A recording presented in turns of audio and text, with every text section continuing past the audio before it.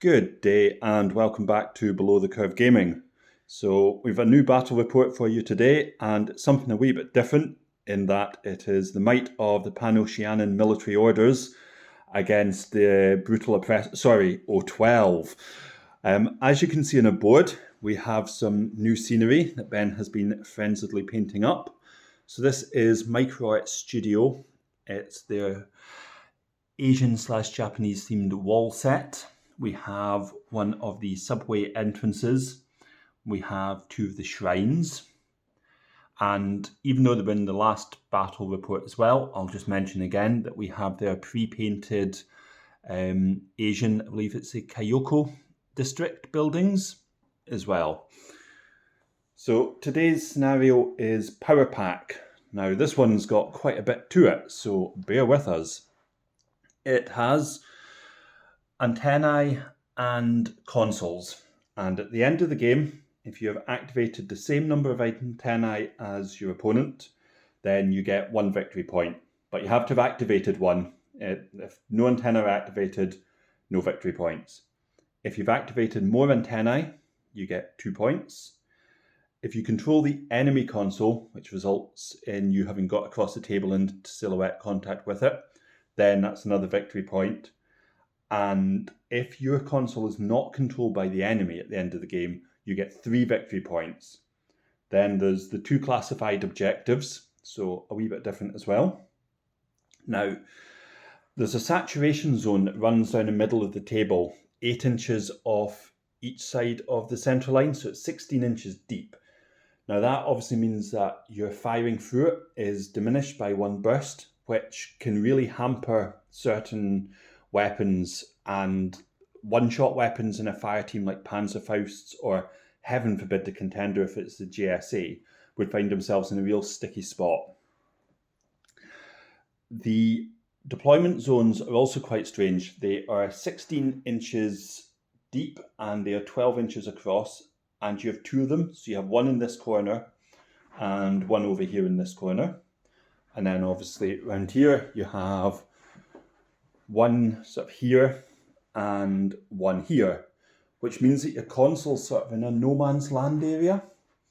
It also makes for a more interesting HVT deployment because you've only got the short edges like along here and along here to deploy the HVT. There's bike recon, so we each have a bike, and I'm willing to bet that this time instead of boarding shotguns we might be seeing some Red Fury action. So for the purposes of this scenario as well, only specialist troops, so hackers, doctors, engineers, forward observers, paramedics, and those lucky troopers with the specialist operative skill can activate the antennae. And if you have the chain of command special skill, you get a +3 to the whip roll necessary to activate it. And you get to make 2 whip rolls. So a bit like in our previous game where the hackers got the bonus, this time it's chain of command, which I would be the first to admit is going to benefit one player probably more than the other here. So I won the roll for the Panoceania, so I'm going second. Ben predictably made me deploy first and gave me what could be considered the slightly inferior of the 2 deployment sides. So firstly, I must apologise, this video should come with a not safe for work tag due to unpainted miniatures. So I've decided for something a bit different because we've seen a lot of my JSA recently to use my Panoceania. So I've been painting, but unfortunately I've also been quite busy, so I've not managed to get as much stuff done as hoped. But being said, let's have a look at my list. It's 2 combat groups, 1 of 10 and a very sneaky 1 of 2. So in the main group, we have a Knight of Justice Lieutenant with a Spitfire. We have a Knight of Santiago Hacker who has a tin bot, who I will put on the table. We have a fire team of 3 Teutonic Knights. One has a Spitfire, one has the light shotgun and Panzerfaust, and this chap here has the SMG and Panzerfaust. It's just unfortunately the missile launcher model, and he's a special operative. Then we have a 5-strong fire team or what will be a fire team. So we have 2 Croziers just with combi rifles. We have the Crozier with the MSV2 just in case, and the Spitfire. We have the Blackfriar with the heavy rocket launcher. And we have a Night Infirmary Doctor. Now she's got the boarding shotgun. Combat Group 2 is 2 hidden deployment Trinian tertiaries, or Trinitarian tertiaries, sorry. So we've got the girl with the SMG and we've got the guy with the boarding shotgun. Now, the reason these are both in Group 2 is that because they're both hidden deployment, they won't show up on Ben's courtesy list. And so if you look at Military Order Army, because the Teutonic Knights are deceptively cheap in that they're about 19 points for the base ones, the army looks like it could just be a 10 order thing. You've got these 2 guys, between them are over 100 points. There's nothing to make people necessarily suspect that there's hidden models. Panoceania is not renowned for its camo or hidden deployment games. So I'm hoping this fools Ben. And then, now don't worry, she will end up being painted up clothed. It's just I'm going for the sort of slightly more sheer look. It's the flight pilot from, I believe, Direfo's Pack 5. I really like the idea that the military order were inserting in some form of dropship. It got shot down. We do have a sort of dropship aircraft model, but it's a bit big. But if we can get a smaller crashed one, then I'll be able to paint it up as Panoceania and use her as a pilot who sort of stumbled out the wreckage. Now, for my classified objectives, I'm not going to shine the camera on them because I found last time that it had a really bad glare. But we've got experimental drug. Now I've got a doctor, so I'm quite confident of being able to pull that off. So I just need to raise somebody from unconscious. And we have sabotage. Now, with me deploying around this side here, I'm aiming to sabotage this building. And that will be done using the Knight of Santiago hacker with the deep charges. So that's the army. There will be a video coming soon on the military orders as a sort of faction focus, and all I'm waiting to do is get a few more models painted up, at the very least base coated, and hopefully get a Seraph, and then we'll be doing that. So we'll be back with Ben's force, and then we'll go on to the deployments. Hello, this is Ben, and this is my O12 force for Power Cell. I have 2 combat groups, Combat Group 1 on the left and Combat Group 2 on the right. Combat Group 1 is a Hacker Kappa, 2 Kappas with combi rifles, a Gamma with Feuerbach, which is my lieutenant, a Lynx with multi-sniper rifle who will be hidden deployed, and a Delta Doctor and Udbot who will be parachuting down. Hopefully, I'm going to get use out of them towards the end of the game to drop down and either capture a console or to switch an antennae. And then I have the Bike Recon from ITS Season 13, so I get it for free, the Motorized Bounty Hunter, which this version is a boarding shotgun, and I've stuck with that profile. Felt the Red Fury with the saturation zone might be a bit more limited. Combat Group 2, I have a Kaita remote, which is a flash pulse remote. It's a 7-point order filler, to be fair, but may be able to flash pulse something as an ARO. And I have a Millicent remote, which has got the missile launcher, another ARO piece. Particularly good with the saturation zone because it's burst 1 for its missiles, so it's not going to be losing any burst when it's firing. Then I have Cho, who is the chain of command version, and she will be represented by a beta trooper. I've chosen the beta trooper because he is a specialist. The specialist operative version is the list that I gave to Martin. So he's going to be able to move up the board and then hopefully get into contact with one of the antennae without giving the game away, and then I can unveil to be Cho. I'm looking to use her a wee bit more proactively than I have in the past games, moving her up the board and trying to make use of her chain of command. In the past, I've used her more as a precautionary measure, an insurance policy. My lieutenant goes down, these ones, I'll see how she does as a more kind of proactive piece, as I say. Painted up for this game, a Raptor and Diva Bot. This will be the boarding shotgun Panzerfaust Raptor, and it's got NCO, so if I don't want to unveil the Gamma as a lieutenant, I can still make use of that lieutenant order. Then I have my Crusher, who is multi-rifle and D-charges, taking this for potential for classified objectives. And finally, I have Team Sirius, which is the hacker profile with submachine gun. See how she does, because the boarding shotgun one I'd used in the past hadn't got too much use out of. My two classified are Capture, which requires veterans, elites, or chain of command, and I have to be in base contact with an enemy trooper that's in a null state in their half of the game table by the end of the game to score that. And then I have HVT Espionage, which requires an hacker to target the enemy HVT at a -3 whip to succeed. So we'll come back after deployment. So here we have the Pano deployment. So we have the Knight of Santiago hacker. Now he's just got a killer hacking device, unfortunately, but he's here. The hope is, as I said, he can nip around and blow up this building, get me some points early on. We have the full fire team up on top of the building, and this gives them a really good line of fire actually, because they can fire all the way across to there where Ben has his remotes and quite a few folks at Castled. It covers the remote over there as well. Sorry about the focus. Team Sirius is just skulking behind here, so if they appear, it will give me line of fire to them. Round here, we have the Knight of Justice with the Spitfire. We have the Teutonic Knight team as well. Then we have our HVT. Now, right here, we have, just in here, we have the Tertiary with the boarding shotgun. And around here, we have, right here, the Tertiary with the SMG. So they're just going to bide their time.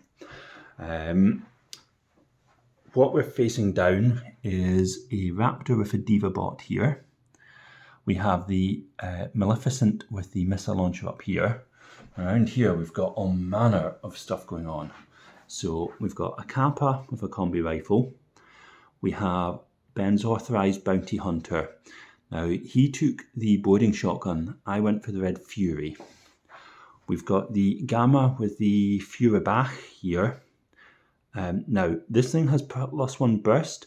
I think in this game, Ben's maybe forgot about the saturation zone, which is going to take it back down to 1 shot, which could be really, really crucial, and actually may very well hinder the effectiveness of this piece.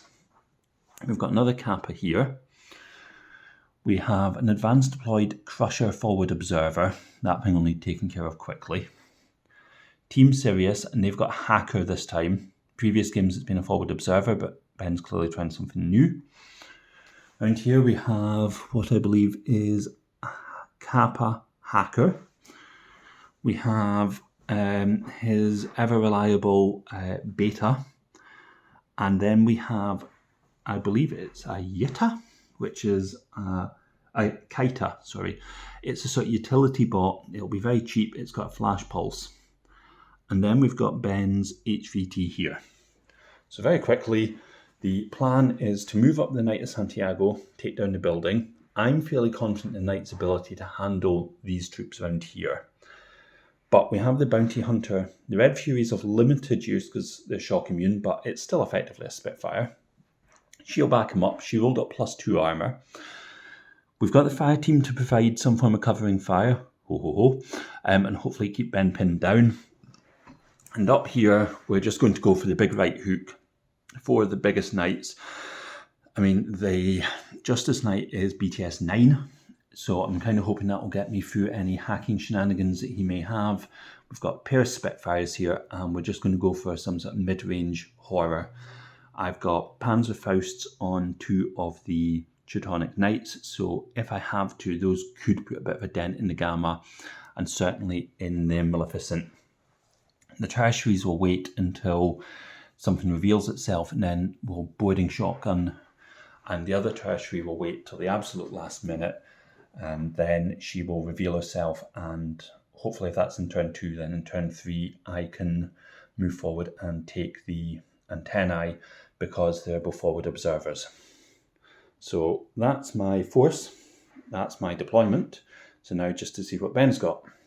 So this is my O12 deployment. I've kind of split the force between the 2 deployment zones. So in deployment zone A, I have a Kappa with combi rifle. I have the bike recon with boarding shotgun. I have the Feuerbach Gamma lieutenant and the Kappa with combi rifle. Up on the building here, I have the Millicent with missile launcher. And then round the corner of this building, I have the Raptor and Diva Bot as well. The plan is they're out of sight, so they're hopefully going to move into contact with the building here and then be able to move up. Just ahead of them, I have the Crusher forward deployed. So moving over to deployment zone 2, I have the Kappa Hacker, I have the Beta Trooper, which is the Hollow Mask of Cho. I have the Kaita with Flash Pulse, and then just ahead of it is my out of focus HVT. There we go. And then in the middle, also forward deployed, is the Team Sirius and Sirius Bot. Hidden deployed, I have the Lynx up on this building here. Now the plan is for her to try and take out the Black Friar. It might be a bit of a tall order, but it'll limit, due to the saturation zone, it'll limit the ARO shots back. So hopefully that will free up some other movements. For instance, the Gamma over here will be able to move up and start establishing some fire lanes for me, as well as Team Sirius moving into contact with the center antennae. So I'll see how the plan goes. I'm hoping slightly better than last game, but we'll come back at the end of turn 1. So here we are at the end of the O12 turn 1. Martin reduced the order number in pool 1 by 2, so it was down to 2 regulars plus an irregular, although I did have a Lynx in hidden deployment with its order as well. So I started by unveiling the Lynx, who had a face-to-face shot with the Black Friar and the Crozier with Spitfire behind it, as well as the Bounty Hunter with Red Fury. The first shots missed or were cancelled out. Second shots, the Black Friar was dropped unconscious and the Bounty Hunter succeeded its dodge. So there was 2 orders spent on her. I spent a further order on the Kappa Hacker, who moved up, managed to avoid being shot by one of the Croziers with combi rifle, succeeding my armor save. I then spent some orders in pool 2 on Team Sirius, who moved up and, despite taking some shots from an ARO, survived and managed to turn the antennae on in my favour. I moved the Gamma, unveiling Lieutenant, unfortunately to do so, to move him into contact with this piece of terrain, dodging a shot from a combi rifle in the process, and hopefully opening up some fire lanes. The Millicent fired a blast at the Crozier fire team, who are currently no longer in fire team due to the Black Friar dropping unconscious. Unfortunately missed with the blast template. And then the final orders, I had the irregular order on the Bounty Hunter, which moved up and took a shot from a Panzerfaust, dropping unconscious due to the explosive damage, saving 2 saves, but failed the final one. I spent 2 orders on the Raptor, moving it into contact with these pieces of terrain. First one took a ARO from the Teutonic Knight with Spitfire, but I passed my saves. Second one, I faced a ARO from the Knight of Justice with Spitfire, and the Diva bot succeeded its save. The flame template it dropped on the Teutonic Knight was dodged, unfortunately, and the boarding shotgun from the Raptor was dodged by the other Teutonic Knight there. And then I spent my final order in the pool on the Crusher, moving it into contact with this piece of terrain.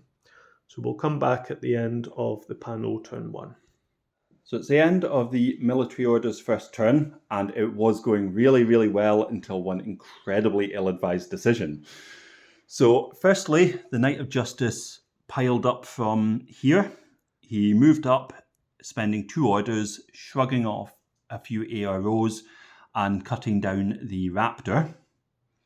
Next, the Teutonic Knight fire team moved round the corner, fired up onto the roof of the building, taking down the Maleficent and surviving a Furibach shot back. So I was feeling confident, and when we say confident, really we mean overconfident. So the fire team reformed using the second of my command tokens, and after a bit of toing and froing, read 2 orders, the Spitfire managed to drop the links on the roof. Although during this, Ben managed to fail ad nauseum amounts of dodge rolls in his Kappa and attempted some flash pulsing on me. I then activated the fire team, transferring control to the Infirmary Knight, who moved up and resurrected the heroic Blackfriar, because we all know that Blackfriars are really good people. Unfortunately, in doing so, Team Sirius, who was skulking down here, took her out with a headshot because, bizarrely, she's not shock immune. The Blackfriar promptly took revenge and slammed a missile into the poor girl, and that was the end of her, and that's disconnected the Sirius bot. Obviously, reformed the fire team using my 3rd command token, so I've got 1 left. The Knight of Santiago moved round and blew up this building. And then, for reasons unknown to man nor beast, I decided to activate the Knight of Justice with my Lieutenant order, because he's a Lieutenant, charged into combat with this chap, needing a 15 to crit. I rolled a 2, Ben critted on a 14, shot him in the face with a multi-rifle, and then hit him in the face with the Furibach as well. I failed 3 saves and lost my Lieutenant on the last dice roll of the turn. However, I did score both my objectives, one for healing somebody with the doctor over here, and one for blowing up the building. So I am currently 2-0 up, but it's not looking quite as good as it was. So this is the end of the O12 turn 2.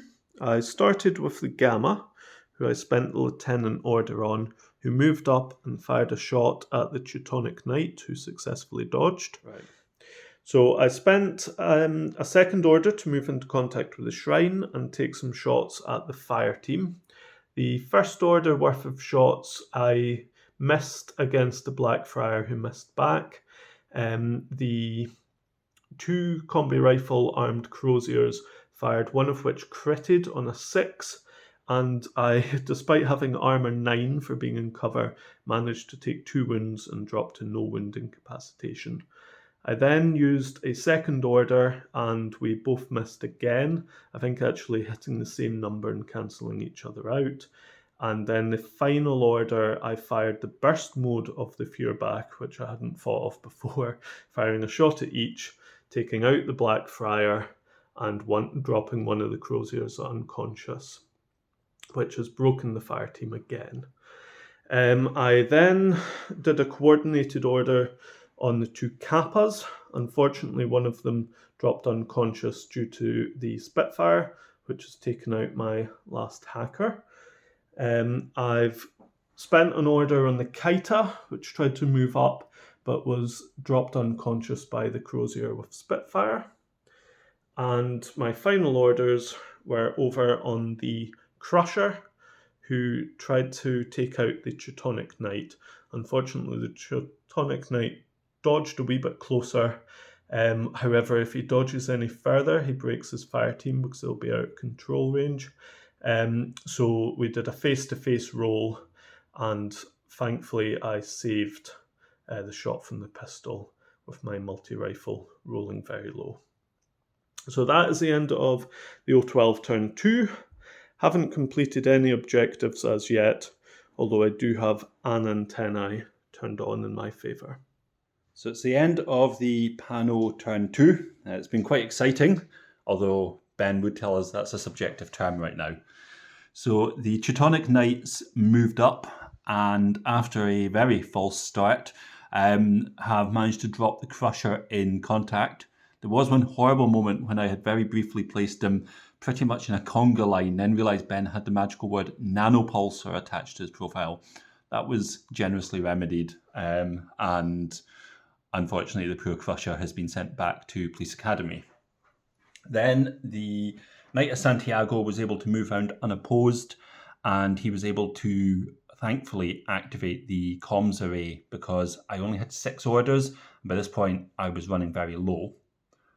The Trinian Tertiary revealed himself from here and has gone for a bit of a wander, and the other Trinian Tertiary revealed herself from here, and she started to go for a wander too. The Bounty Hunter started over here, smashed pedal to the metal with 3 orders, taking her all the way to here, where she attempted the ultimate in ambush on the Gamma, who decided to do an eyes wide closed dodge, and now the poor Bounty Hunter is finding herself staring down an extremely unhappy police officer. So, we're on to the final turn. I have 1 antennae. Ben has 1 antennae. I, to be fair, could have moved into contact with this console, but probably would have just been shot for my troubles by the Gamma. So I'm not in a bad position, but it'll come down to whether Ben can pull off something cunning and what of the tactical objectives he has. So we'll be back at the end of the O12 turn 3. Here we are at the end of the O12 turn 3. I started by attempting to drop the Delta Doctor and Udbot down beside that hollow board, and then failed my physical roll, so I instead had to come on from a table edge, which was over here. I then used a combined order to move the Delta Doctor, the Beta Trooper, who was masquerading as, or Cho masquerading as Beta Trooper, and 2 Kappas, one down by the side of the building and one on top of the building. Unfortunately, the Kappa that was here generated some AROs from the Teutonic Knight fire team and was killed. The Delta Doctor was fairly unscathed by that combined order, as was Cho, although Cho had to reveal herself when they went face to face with the Knight of Santiago and the Trinian Tertiary, plus also the Spitfire from the fire team up on the building. So I then spent a lieutenant order on the Gamma, who took out the Bounty Hunter. Then went back to another combined order, which this time was just on the Delta Doctor, Cho, and the Gamma, with the Gamma spearheading. The Gamma managed to take down the whole fire team. They were all unconscious there. However, the Delta Doctor and Cho were both dropped unconscious, and the Udbot is disconnected.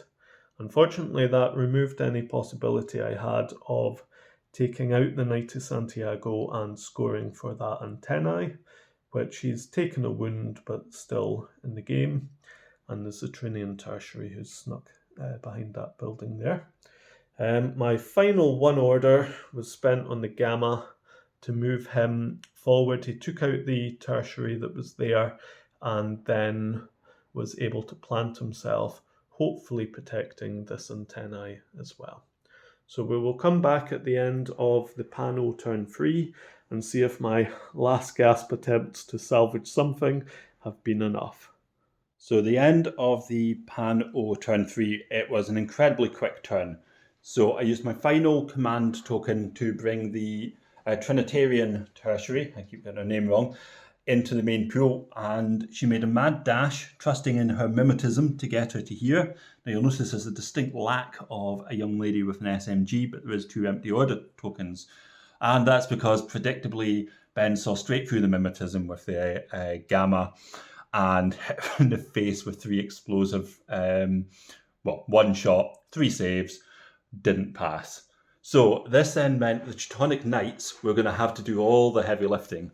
So shrugging off ARO shots, they came thundering round, dodging, nimbly jumping off stuff, pretending they didn't have guns, threw themselves into the objective with a final order to push the button, and the boys slipped and managed to unplug the antennae instead. So, at the end of the game, each of us scored 1 for having an antennae. We each got 3 because our consoles were untouched. I scored 2 because I had achieved both of my strategic objectives. Ben was unable to secure HVT because of the presence of my Teutonic Knights, which led to a 6-4 victory to the Panoceania, which is, as many of you will notice, far closer than previous games. So it was a really good game, really good to try something different. We'll be back in a second with a very quick breakdown of how we felt the game went. On the whole, I was very happy with how the Panoceania played. As I often do, I did castle my fire team, but when you're using any sort of light infantry, I tend to find you do kind of need to do that. And with the Blackfire with a heavy rocket launcher, I don't think you want to be leaving cover too often. The 2 MSV visors in there were really powerful against the O12 because Ben does have a lot of mimetism -3, and I was very conscious of this. In an ideal world, maybe I would want to split them up to cover a bit more of the board, but I think all things considering, it gave me a really strong fire base. Now, the Knight of Santiago achieved everything he needed to achieve. I'm not that convinced by the Knights of Santiago due to their profiles, but I'll comment on that in a later video. He got me my objective and he turned on the communication array, so again, no complaints. Teutonic Knights were absolutely fantastic. Now, at 19 points for the basics and up to about 29-30 for the guy with the Spitfire, I just find that they're really, really affordable. Again, a bit like the Tanko, good weapon loadouts. That option of the Special Operative for 20 points is an absolute must-have. The Knight of Justice, on the other hand, at 47-56, something like that, was what can only be described as a disappointment. But that was because of my own stupidity. There was no need whatsoever to throw him around the corner, and I just got excited. I looked at his stats, I looked at the high armour and thought, he's on full wounds, what could go wrong? Well, what could go wrong was that you might take a fewer back round to the face. And so I think I need to, even if I'm playing Zealous Headstrong Knights, play a wee bit more cautiously. The Infirmary unfortunately had to be traded, but I was very conscious that that victory point could make all the difference, especially as I really, really needed the Blackfire more than I needed her. So, yet again, not bad, but maybe a wee bit, should have been a wee bit more careful with how I moved her. I think I could have moved her onto the stairs and done the healing without standing and exposing her to Ben's firepower, which would have been the sensible option. The bike performed really well in this game. I was very pleased with it, and I think actually it's because the Red Fury is just a better option than the boarding shotgun. It got all the way across and very nearly dropped the gamma. I lost the dice roll by 1 point, and I mean, to be fair, it's a 15-point bike against the best that O12 has to offer, so can't complain there. The Trinian Tertiaries didn't do badly. I lost the male one with the boarding shotgun because I forgot to turn him back so that he was covering the fire lanes properly. So when the Gamma walked round, I could only declare a dodge against him, whereas a face-to-face with a +6 boarding shotgun, whilst it probably wouldn't have killed the Gamma, might have forced Ben to burning another order or having him further back. And the girl, she nearly made it, but I could have declared a dodge with her, but the Fizz 10, the chances of pulling it off were slim. You know, credit to Ben, he rolled well when he needed to with the Gamma and was able to take her down. I dread to think how many points that Gamma racked up of my force. But it was a good game. It was a lot more hard fought than some of our other games, and I feel it maybe represents the channel a bit better because some of our games have been a wee bit one-sided, and I think this one actually highlighted some of the strengths of the O12 and the tenacity of them. and I think the Pano were a really good opponent for them this time. So we'll be back with Ben's thoughts on the game in just a minute. So I wanted to talk through my thoughts on how the game went from the O12 side.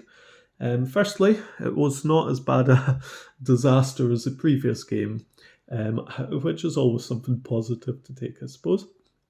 But firstly, I felt it was pinned down for a lot of the game by the fire team on the building, and that kind of scuppered some of the plans I had for my right flank and did show a bit of a shortcoming, particularly after the Lynx died, in that I really didn't have any strong firepower at that side. The Lynx had a tall task to try and take out the fire team on her own. I was hoping to support more with the Gamma. However, due to the fire team Harris, I was pinned down a bit more with it than I would have liked in the first turn or two. Cho, who I was looking to use a lot more proactively, unfortunately had to stand still for most of it due to the fire team. And then when I did have to move her out due to a lack of other options, she was taken out fairly quickly. The game, I felt, hinged on the Doctor Delta, or the Delta Doctor, failing his Fizz roll for his parachute combat jump. If I'd passed the Fizz roll, I would have been able to get into contact with Martin's console, which, if he hadn't have managed to clear me off, would have scored 3 points and potentially won the game for me, or at least brought it into a draw. Unfortunately, due to him failing the Fizz roll, he had to come on from this, touching one of the table edges in my deployment zone, and there was no real good spot for him to still be able to have a role in the game. I did wonder if I dropped him down at a turn too late. If I'd maybe gone for turn 2 to drop him down, I would have then had the options of knowing A, where he was going to be, either by his console or in one of the deployment zones, and B, he would have then been able to move and present AROs depending on which deployment zone I dropped him in if I'd failed the Fizz roll. So the Gamma, I think, was the standout profile for the game. I think he finally lived up to his potential in that the previous games I've never quite got that much use out of him. He's often died quite early, whereas this one he survived till the end. He was on the no wound incapacitation due to the lucky crit from the Croziers. However, he was able to shrug off or win face-to-faces for the rest of the game, so he didn't really ever come close to dying, it has to be said.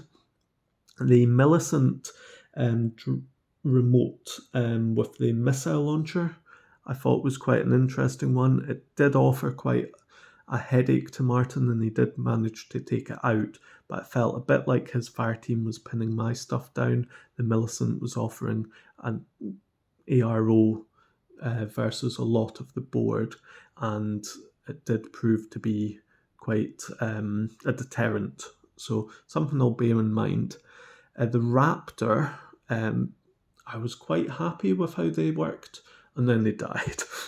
So certainly the heavy flamethrower and boarding shotgun, I think, were perhaps a bit too similar in that they both were short range, but it did mean that the two of them were moving up, and due to the peripheral synchronization, they were both wanting to do the same thing.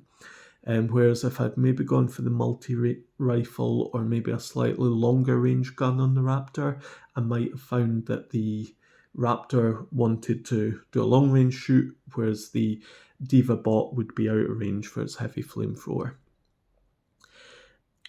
So the final learning point I feel from the game was the deployment of the hackers. I had drawn HVT espionage as my classified objective, which meant I need to get into a zone of control with the enemy HVT with a hacker. My plan was to use Team Sirius, which were deployed in the centre, once they had turned on the antennae to move across. However, once they died, it meant that the Kappa had a very long walk to get there, and unfortunately, in failing so many dodge rolls, I never really got close to it. So I only had the option then of completing capture and secure HVT. However, unfortunately, both of them proved too difficult to complete with the board state I had. So thanks very much for watching. Please like and subscribe. Feel free to add any comments in the section below, and we'll put a link to Helveticus Games for a 10% off voucher for the UK if anybody wants to use it. Thanks very much.